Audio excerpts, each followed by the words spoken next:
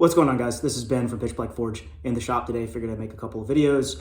This one's going to be about travel tips in the summer for dealing with the heat primarily, and some other stuff that I just haven't managed to cover here somehow. There is an actual list. It's kind of long. Forgive me when I defer to that. First off, I like flashlights. I've gone over this before. It's nice to have a lanyard on such a thing. So I'll put this underneath the belt loop, zip tied it on with a little micro zip tie so that won't come unattached. This way, it can be on your wrist, you're less likely to drop it. And I added a glow-in-the-dark bead. This one's homemade out of glow-in-the-dark phenolic. You can just get a pony bead from the craft store, or there's a company, I think it's called Lumimods. I know they're sold by Tracer Tactical, and those are super, super glowy, but this one's sufficient. And all you gotta do is charge it with the flashlight itself for a few seconds. I'm gonna turn this light off. And then if you do drop the thing, easy to find. Simple, doesn't cost much, might not ever matter, but when it does matter, it might matter a whole hell of a lot. So yeah, lanyard and a glow bead. Second, pair of flip-flops. It's gonna be hot out. Probably gonna be walking in some dewy grass in the morning. Your shoes and your socks are gonna get soaked. There's gonna be other situations where your shoes are just gonna get soaked or fucked up.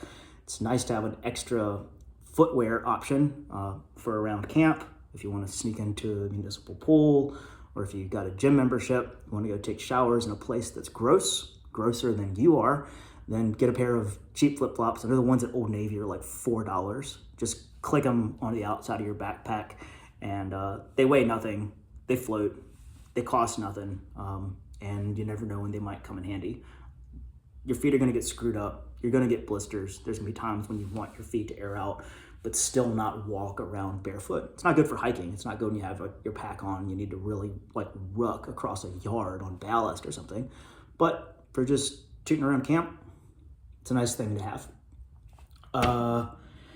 Minimalist shoes are a good option too. Like there's some like ultralight running shoes, like I know Zero with an X and a few other brands. They're like, you can roll them up, but they're still never gonna be as light as flip-flops. For hiking, walking when it's hot as all hell, sometimes you're gonna be wearing jeans just to protect your legs from getting fucked up. And I find that compression shorts, like the stuff that people would wear with a rash guard while doing jiu-jitsu, or like while playing football or baseball, like nice compression shorts are a good way to avoid getting rashy on the inside of your thighs just from being super sweaty. You can also wear them underneath, some regular like linerless gym shorts instead of underwear. Those are nice as just an extra option. Leuco tape, which is used a lot by thru hikers. If you're gonna do this stuff, I really suggest checking out what ultralight hikers, thru hikers, military people, everyone else who's living out of a backpack is doing. And one of the things a lot of folks use is this stuff called Leuco tape. It's for fixing and protecting your feet on long hikes. It's awesome. Doesn't cost that much. It's a lot better than the old moleskin that a lot of folks are familiar with. Check that out. You can get it anywhere, Amazon, whatever. The Ranger Roll. Ranger Roll is a good one. Something that I use in the summer a lot. Instead of having a sleeping bag, if you just get a military issue poncho liner, click them together. That's a waterproof enough, warm enough option for the summer. It's easy to roll out, it's easy to roll up. Might not want it to be your primary sleep system, but as a supplement or as an underlayer, fucking awesome.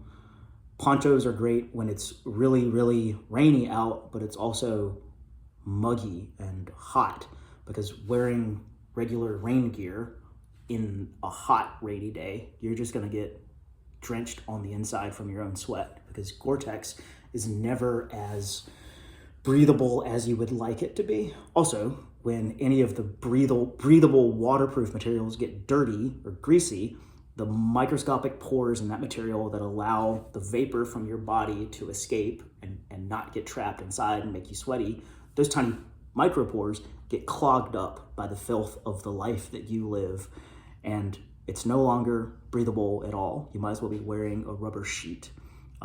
So that's a word of warning. Gore-Tex is awesome, but it's also fragile. It gets clogged up. If you're gonna wear Gore-Tex, there is specific stuff for cleaning it and for retreating. It's got like a whole protocol for maintenance. But a poncho, it's pretty damn amazing. Military issue ones, there's also the ones that Frog Togs makes, and those are cheap as hell, really waterproof, and basically disposable if you need to get rid of them. They come in black and gray, and there's a forest green that's definitely not natural enough to really look like the woods.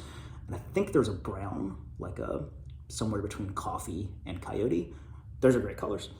Check those out. You're gonna be out in the direct sun if you're riding on the back of an intermodal, like if you're on the back of a 53 with a container. Those of you who have done this know already, there's a lot of time where you're heading east or west and the sun is just like directly over you for hours. There's no shade to be had. There's nowhere to hide from it. I sometimes use the camouflage mesh cloak blanket thing that I carry with me. I've used that as like a sun shield. I just put it over top of myself and it lets the wind go through and keeps a lot of the direct sunlight off.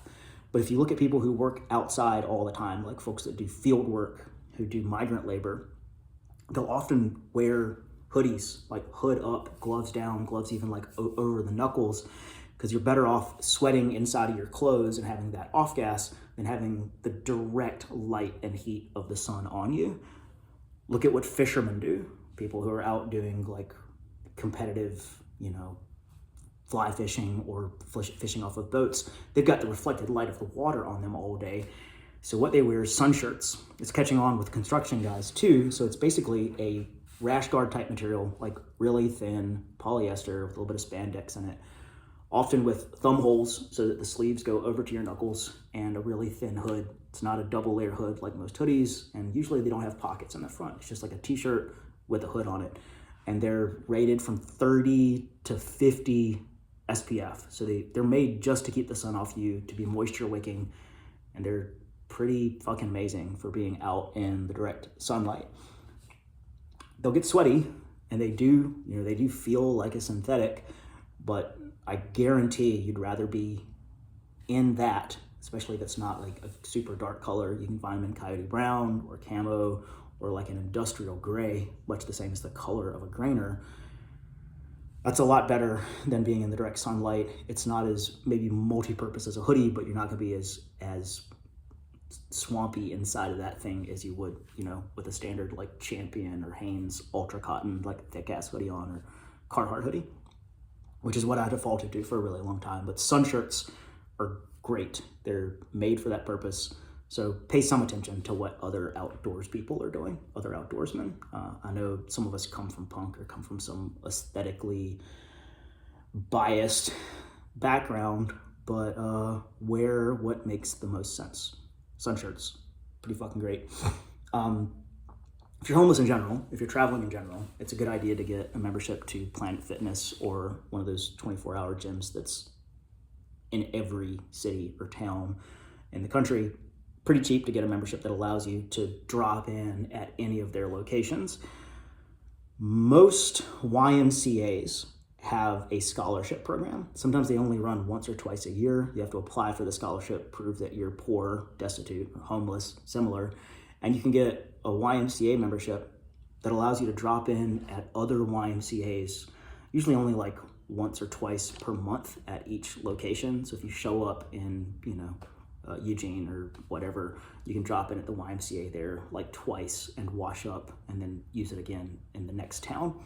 And those can be like $7 a month. That's what I used to pay at one point. I would keep a YMCA membership.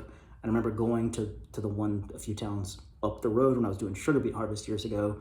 And it's not just access to like a gym and a shower, but once you've washed up, there's often like a sauna and a hot tub and a steam room.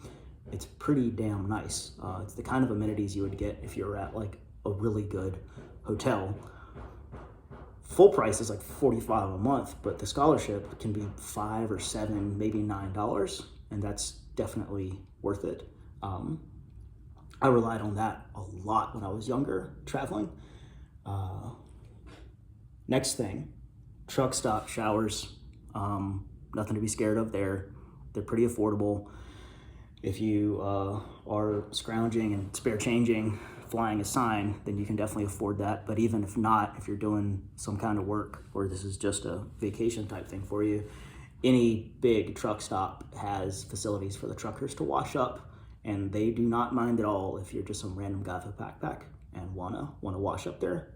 Pretty affordable, generally pretty nice, and I really like truck stops anyway. Truck stop waitresses are like angels sent from heaven. I've been hooked up with free or cheap food more times than I can remember, just for looking like I needed it.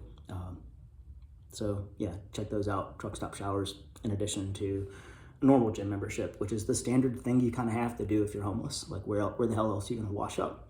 Just show up halfway fucking clean. Don't be as greasy as possible when you show up to Planet Fitness or the Y, or they're not gonna be happy with you. It's a good way to just maintain, you know, a civilized level of hygiene. Might be last thing, Foxtail seeds. If you've got a dog, if you hunt throughout much of the country, if you're outdoors a lot, you're already familiar with these things. It's a weed, a plant, like a grass that grows all over the fucking country. And the seeds, when they detach from that plant, will dig in between the toes of a dog and can potentially cripple them. But they'll also get into anything that's knit, like your socks, your hoodie, sometimes your jeans, all into the fucking shoelaces on your boots or your shoes. So learn to recognize that plant.